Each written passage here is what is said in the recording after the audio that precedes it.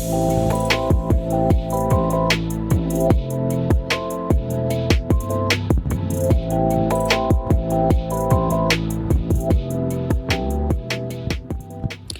family. Welcome back to Landline, your direct link to all things comedy, politics, and culture. I am your host, Janaya Future Khan, champion yapper and frequent nuisance in the activist and comedy worlds.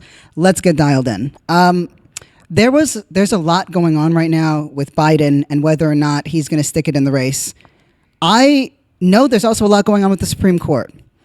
And I'm interested in this moment in what the Supreme Court is doing. So that's what we are going to talk about here. We have referenced on this show what the Supreme Court has done around abortion, how it's given the president unbelievable power that is the equivalent of a king in a feudal society. But I want to talk about what the Supreme Court has done around homelessness. These new rulings allow police officers to criminalize people who are houseless, homeless, street involved, unhoused, whatever you want to call it, in ways that are unbelievably cruel.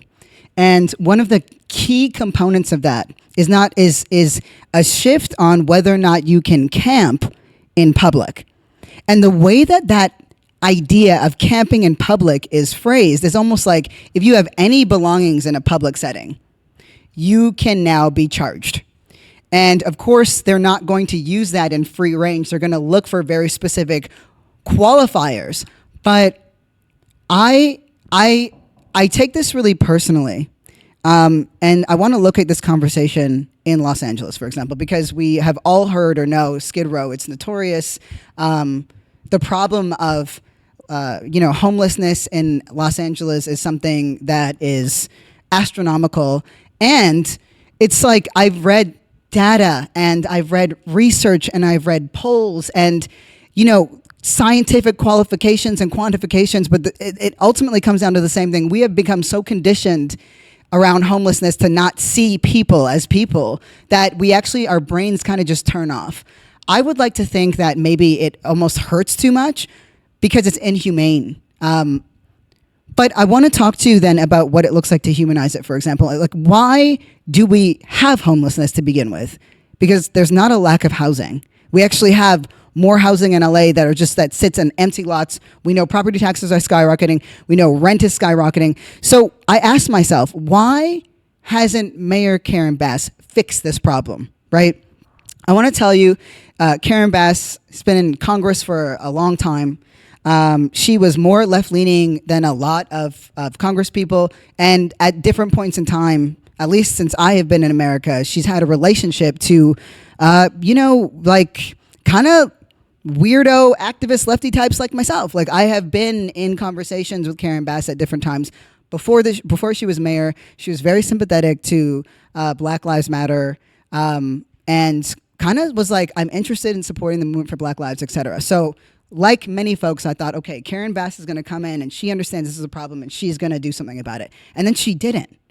And I thought, okay, what's going on here? Because this is something, at least on a personal level, and we all know politics can change people, but at least on a personal level, this is something that Karen Bass cared about at one point or another. So I kind of looked into it. And of course, we know that there's red tape. We also know that people can bulldoze through red tape when they want to. At least it seems like the right is very prepared to do that at any given moment in time. So that's part of it. But it turns out that that's a smaller part of it than I thought. One of the key obstacles is obviously private equity firms and real estate moguls who would just come in and try to make it impossible. They bid for things and they outbid the government and all this other stuff. But one of the main things that shocked me was how often NIMBYISM plays a role in this. NIMBY is just an acronym for not in my backyard. And that means that it's community councils and neighborhoods that block any efforts to make housing available to people for fear that their property taxes might plummet or that, well, they kind of just don't want those kinds of folks around them. And I want to talk to you a little bit about those kinds of folks because I was those kinds of folks. And I think that, first of all, that is a weird turn of phrase, those kinds of folks, but I just want to be really clear about it. I lived in a women's shelter. I have this like I just swallowed really hard because I'm being told that I had to talk about my feelings more and my personal experiences, and I hate it. It's very uncomfortable for me, but it's why I do what I do, and it's why I think the way that I think, and it's how I've been able to connect with so many of you. But my gosh, it's hard for me to talk about personal experiences. I much prefer to be like a mirror for other people's feelings and our societal woes, and rather than like locate it in my own personal experience. I have so much anxiety right now, but I'm going through it with you. When I was 12 and 13 or whatever, and going into my 14th year, I had been in women's shelters, and I started high school in a women's shelter. And of course, it was awkward to be in high school and have like 100 people vying for the phone and just small things like that, or not being able to bring your friends over, or just navigating that whole thing. I mean, the school was aware that I lived in a women's shelter because they have that information, and it was a challenge in some ways, but I got to tell you something. It was one of the best experiences of my life. It was life-saving and life-altering. The women in that shelter who are arguably in the worst moment of their lives showed up for me in ways that I couldn't even imagine. They cared about me. They managed to like give me a little support and a little care when my parent wasn't able to do that without alienating her. I saw what activism was in those places, and some of the staff was shit, but some of them were awesome, and the ones that were awesome left a lasting imprint on me. And why I bring this up, because before that, and even after that, I experienced different periods of houselessness, homelessness. And I want to be clear, like when you actually talk to folks who are houseless, homeless, street involved, they don't give a single fuck about the term. It's just like, that's us being like, what's the best way? What's the right way to say this? And that it is like, are we giving them resources like that they need? Are we stopping them from living their lives the way they want to? Nobody gives a fuck about the term of you're giving the shit that they deserve and that they need, or letting them keep their shit. How about that? But anyway, I digress. My point is, the women's shelter that I lived in was tucked away in a community. So for a lot of women's shelters, it's very important for for safety and a lot of other reasons, because people are fleeing really dangerous situations, that women's shelters are not visible to the street. They're not like, you're not going to see a sign that says, "Here lies a women's shelter." They have to be in neighborhoods. And it allows a level of privacy that I think we believe that people who are struggling should not have, or people who are relying on resources, I don't know, to stay alive, maybe they shouldn't have those things. And there were a lot of people in that neighborhood who were against having that women's shelter there. And I want to tell you something. Those people always exist, and they're always going to exist. There are people who resisted abolition. There are people who clearly still do. But for the people who really embraced that community. So first of all, I'm being embraced inside. And then I'm seeing this neighborhood, a couple of them, right, embrace this larger community. They didn't see it as, I have a women's shelter in my neighborhood, I hate this. They saw it as, here are my neighbors. And I got to tell you, when you think about the words that people say around NIMBYism, right, it's like, well, I kind of want them to, because where these housing, whether it's temporary housing or whether it's long-term housing for people who are currently don't have a home, you need to consider certain factors. They can't just go anywhere. It's like, throw them in the valley. It doesn't make sense. You got to put housing for people who may very likely do not have access to vehicles. They need to be around a grocery store. They need to be around a pharmacy. So there's very specific places, and those people, those neighborhoods have resisted, have literally like shut it down. That's part of the reason why we are not seeing any major shifts. It's not the only reason by far, but it is one that is controllable by us. I don't look to the state to like fix things, because they kind of manufacture the brokenness to begin with. I do look at people, and I look at why we move the way we move and why we make the decisions that we make. And so, there's this idea of, well, they don't deserve handouts, right? We don't want to give them handouts, or like, they shouldn't be on drugs. They shouldn't use drugs.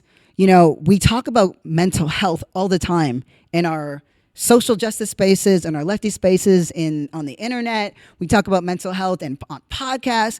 We talk about mental health in academia. We don't talk about mental illness, right? We talk about the cute ones, right? The ones that just give you gas and a little discomfort. We talk about anxiety and we talk about depression and seasonal shit. But when it comes to like larger mental illnesses, when we think about the stigmas around people who are bipolar, people with schizophrenia, people with what's the one, borderline? I think it has a new name now, but there's a better way to say it. But it was formerly called borderline personality. I think there's a new term for that. So if you know what it is, like feel free to DM me it. But people are now romanticizing ADHD and autism as long as it's the kind of autism that is quote unquote functional and looks cool. And you can talk about, oh, I just collect rocks and stare at grass because I'm cute, right? And like, and not like, oh, I have like social anxiety, but like, do you? Anyway, it's like, but the real shit we run away from and the real shit we stigmatize. And you know what happens? We criminalize it. Something that stigma grounds you to dust. Like it just grinds you into nothing. That is the point of it. It makes you feel like you don't belong and like you don't matter and like you're nothing and you're nobody. And you know what? That's what I felt like at that time. And it was the care of community that like pulled me out of that. And so all these ideas about people don't deserve handouts. What do you think happened after the financial crisis with major corporations and banks? Why don't we call that? Those are multi-million-dollar, billion-dollar contracts. I mean, Elon Musk is the largest welfare queen that has ever existed in the history of America ever. Like, I don't even understand how that person literally lives off of subsidies and like the dust of dreams. Like that is literally what is generating the entire business. I don't know. Tesla's just, you turn them on and they just like fall apart at this point. But no, like Cybertrucks look cool. I started to see them and I'm like, it looks like people are driving around in VCRs at this point. I just see it. It's supposed to be futuristic and it feels very dated. But my point is, we have these weird narratives around what poor people shouldn't have, or how they're just looking for handouts, or what kind of menial labor. We have all these judgments, all these classist things. We used to fucking hate the rich, man. What happened to us? We were so cool. Now we're just like, what books did Steve Jobs read? And should I be waking up at 5 a.m.? Like, as if, what's their skincare routine? We used to talk about eating the rich. Now we talk about just eating kale, more kale, endless fucking kale. My point is the way that we frame certain things as acceptable, like it's acceptable to bail out banks, the banks that exploit us, that overcharge us, that gamble with our money, right?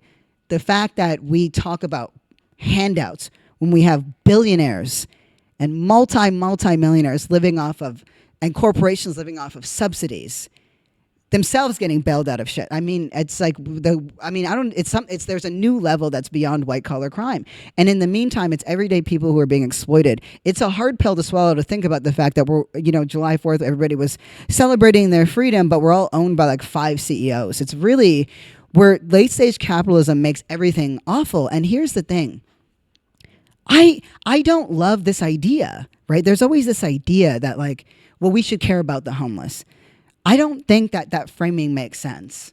It's about caring about people. And I'm going to tell you why. The best allegory for why we actually need to like absorb everybody is not simply because, we're our best resource and we care about people. Public schools education and public schools are the absolute best allegory I can think of when I think about what it means to actually like exist. Because we think of homelessness as separate and it's about, handouts, or it's about doing good. It's like, no.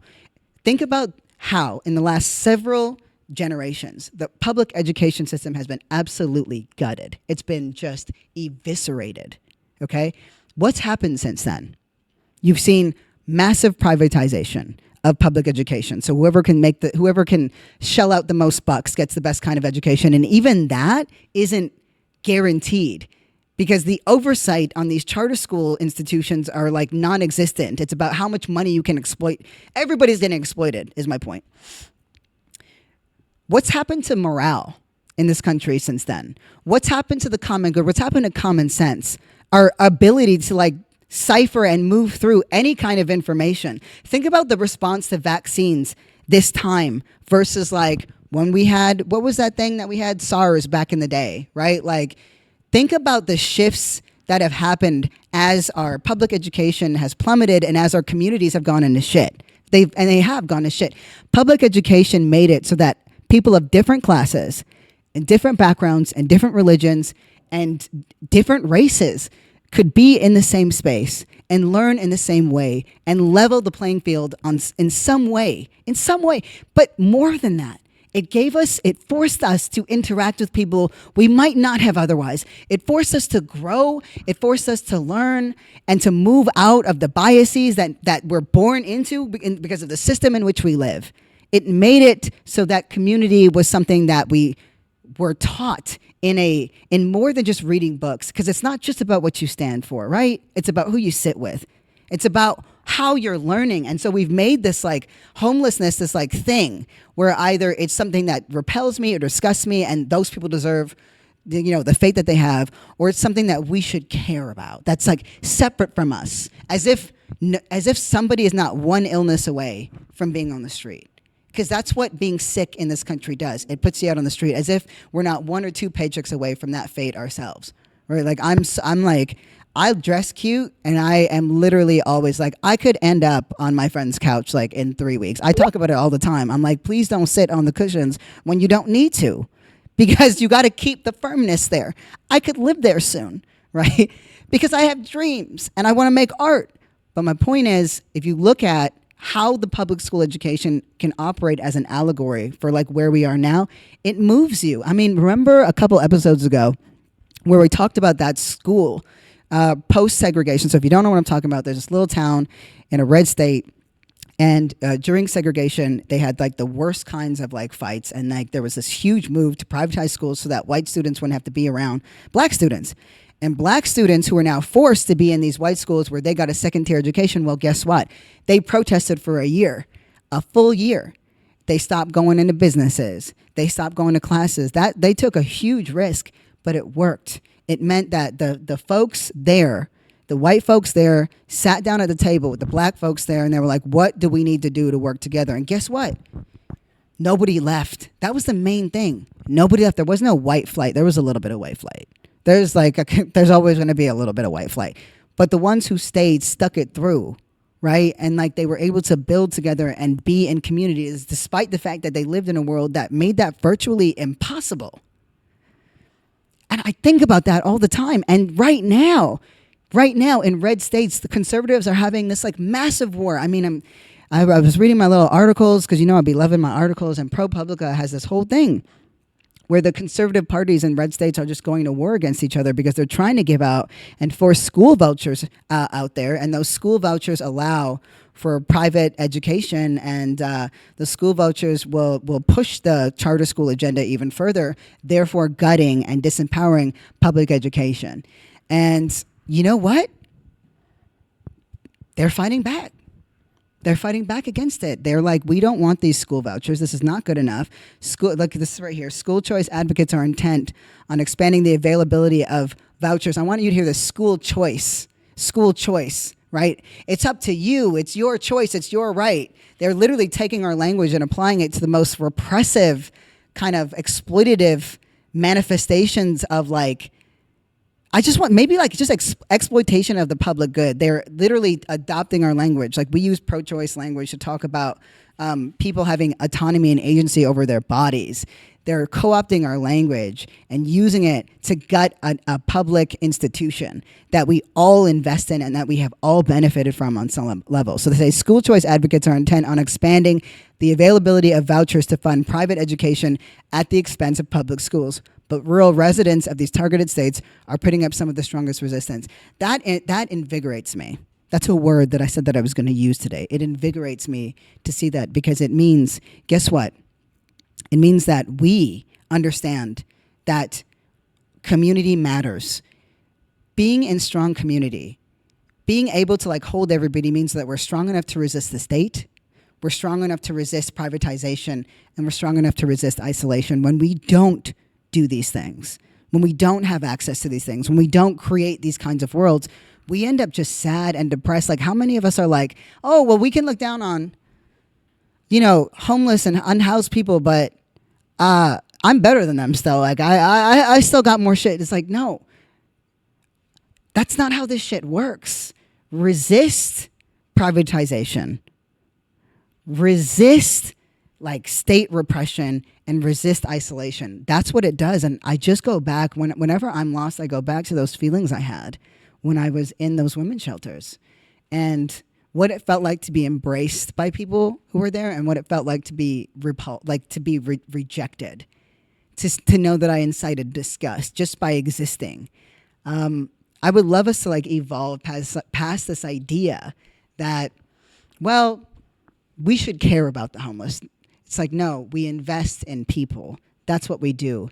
The housing is always there, and it matters right now because as we discussed, this is a manufactured reality, especially under late stage capitalism. But B, think about climate crisis right now, right? Like we're reading about heat waves. People in Oregon have passed away.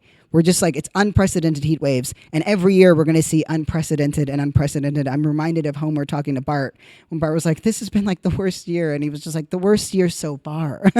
Like, but it's horrific. And when you have like law enforcement, like in Los Angeles right now, they're saying that it's like, I read, there's an article in CBS where it says, we're just moving them from place to place. We're just shuffling homeless people around at this point. But more than that, they're stealing their belongings, right? Any kind of encampment. Think about what it means to be safe from the sun. What a tent can do. What kind of agency it gives you. What kind of privacy. Because guess what? There is a small percentage of folks who don't necessarily want to be housed. And they should, that's body autonomy. That's it. But can we please move past this idea that A, we're giving them handouts when we know for a fact that the only people who receive handouts in this country are the unbelievably, grotesquely rich and the massive corporations that house those kinds of folks, right? Can we be honest about the fact that like it's our own communities that are fighting the hardest to keep regular people out? We got to remove these stigmas. And like, honestly, are there folks who have addictions and mental health issues out there? Yeah, and a lot of people are self-medicating because of it. But if we had a better healthcare system, if we had better infrastructure, if we cared more, I mean, I'm seeing guys talk, oh yeah, they deserve everything they get. And these are the same guys who who are in the manosphere talking about men with depression. I'm like, do you care about them or not? Like, I'm trying to figure it out. Which one is it? My point is, I said that too many times. I really got to stop saying my point is. I forgot my chair today, so it's been a rough day. Like I didn't put edge control in my hair. Like I'm on one. But it's like this felt like a moment where I was like, rather than just say, well, we have 4 months, it's about Biden and what we're going to do in these next 4 months. And it matters what we do in these next 4 months. And they're saying it's not enough time to like run a new candidate. I'm like, have you met lesbians? What are you talking about? They moved in together, had 3 cats, broke up, got back together, read The Ethical Slut, talked about being open, and now live in a sexless codependent situation with multiple lovers. Like that, everything can change in 4 months. Everything can change in 4 months. What I want to know is how much can we change in 4 months too? Because it's not just the government. It's not just the state. It's not just the administration. It's how we as a community are also showing up for each other or not. And I'm very invested in that. That's something that we can change immediately. I hope that sharing some of that personal experience that honestly felt like I dragged sandpaper over my nipples, I truly hope that it helped to like move us more into like that emotional space and not in that like, ooh, this hurts my feeling space. I want to end with like this thing about Benjamin Franklin. I'm like, what are we talking about Benjamin Franklin? Just remember that homelessness, like everything else that we're dealing with, is a manufactured reality. It never needed to be this way. And it wasn't. When the West came out here and they were like, we're building civilization in this new America, despite the fact that we're eradicating the population that already had a very robust kind of civilization, very non-Western, one that actually like made people happier. How do I have proof of this? Read The Dawn of Everything. So I'm reading The Dawn of Everything because I read *Sapiens* and it wasn't good enough. So I read *The Dawn of Everything*, and in it they talk about it's very much like in line with the people's history of America, except it goes even further back, and it's just equally robust, but more also gives you a more global view. In it, in this book, Benjamin Franklin talks about the fact that they were sending their white folks over to indigenous territories, because at that one point in New America there were multiple territories, and they were sending them over to try to sow discord and to try to enforce Western influence. And them niggas wasn't coming back. They were not coming back. Why, you ask? Because they were living so well. They were so happy that they did not come back. Benjamin Franklin wrote in a letter that they had to stop sending people out there because their lives were so fully transformed. And they were so happy in their letters back that they were like, oh, we can't do this anymore. We have to hide this option. And one of the things that stuck out to me the most was in that moment, right? Where the Western world is we are civilization. We are you guys are savages and whatever. All these indigenous people were like, why do you treat your human beings this way? Why are you treating humans this way? Why are there people who are out on the street who don't have food, who don't have shelter? I don't understand this. They genuinely could not wrap their heads around this. Everything that is around us right now is a manufactured reality. It does not have to be this way. We actually have housing.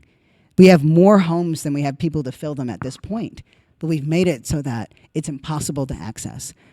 And as climate change increases, gets worse and worsens and everything else, we know that the sun and heat is going to be a major issue.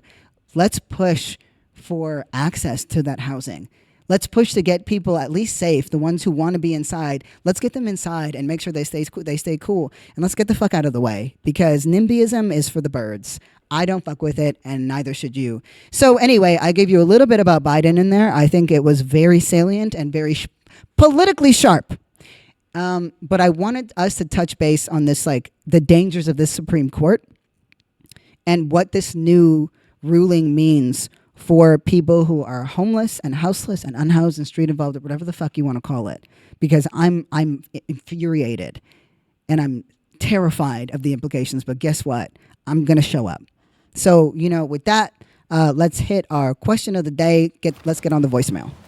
Hey, Future. This is Sophie from San Diego. I was just wondering what your thoughts are on Jamal Bowman being voted out of his seat, and if we should worry about other progressive lawmakers in the squad. Do we have to worry about AOC? Let me know your thoughts. Thank you. Oh, yeah. Whew. Good question, Sophie. I'll tell you this. We touched base on it yesterday about what it means when in our ire and our frustration, and we should have so much ire and so much frustration with the Democrats, that we actually end up doing the work of the right for them, right? AIPAC wanted Bowman out. Anybody who is anti-Israel in any kind of way, and I want to be very clear, I mean literally trying to end the bombing of Palestinians, point blank, period. Anybody who challenges the idea that maybe a lobby group from another country shouldn't get to decide who is in Congress and who isn't. Maybe we should finally have a cap on spending. That in our ire, our disgust, and our frustration at our politicians' inability to just stop it, and we talked about why it's so difficult, right? It's not because it's not possible. It's difficult. But when we're so angry, we end up accidentally or intentionally, because we're turning nihilistic, do the work of the right, the far right, AIPAC, and anything else for them. Jamal Bowman did not have the support that he needed to keep his seat, and and the funding that AIPAC was throwing at it was astronomical. They're spending millions trying to unseat our most left-leaning politicians. We just need I think a better strategy. I'm not concerned about AOC. She's got a really strong base. She's really popular. I'm always concerned about folks like Cori Bush. I'm very much concerned, for Tlaib, because she's Palestinian, and she's obviously, she's watching her people be massacred. And I worry for her safety. I worry for her. I want to show up for her. I think we all need to, so we have to look at the safety of the whole squad. We have a black Somali Muslim woman who is also very openly anti-war. And but she's got a really strong base in Minneapolis, because Whew, Somalis, Habeshas, East Africans, these are winning people. These are people who win.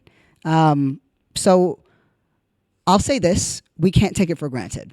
We can't take the base that they have for granted. And I think in the infighting that we've been doing, we've made it impossible to actually publicly support them the way that we need to. My hope is that we can actually get over this idea that like these folks should have just like sabotaged their congressional seats to make a point when they're actually more useful where they are. We can sabotage all the other shit. That's what we're good for, but they need to be there. They're best there. I'm going to tell you this. I don't want to do that work. Do you? I don't want to be in the Senate. I don't think they let me in. I don't want to be there. Please don't make me be there. I just please don't be there. Let them do their jobs. They're good at it. And I know it doesn't seem that way, but we don't get to see half the policy that's sitting on those tables, some of which gets through because they're writing it. And maybe if we stick it through long enough, or we do certain things, or we keep taking bites out of these hoes, we create openings we never knew were possible. I don't know why, but that sounded very oddly, weirdly. Let's just call it Audre Lorde's erotic creativity. Anyway, thanks so much for the question. I appreciate it so much. And, we're in this shit together. On to the next. That's it for the day, y'all. So I just want to say thank you so much for listening to Landline. It means the world to us. This truly is a labor of love. We're increasing the episodes. We're going to be dropping them daily. We're on Spotify. We're on Apple. And soon to be on all streaming platforms. I want to tell y'all, don't forget to drop your questions. Give me a voice note at Janaya. No, wait, that's not it. It was Landline with Janaya. No, Landline with JFK at gmail.com. Oh my God, I can't believe I forgot it. Shout out to Alyssa, the Landline team. Shout out to my homie KR. And shout out to you, the listeners, who make it all possible. Peace.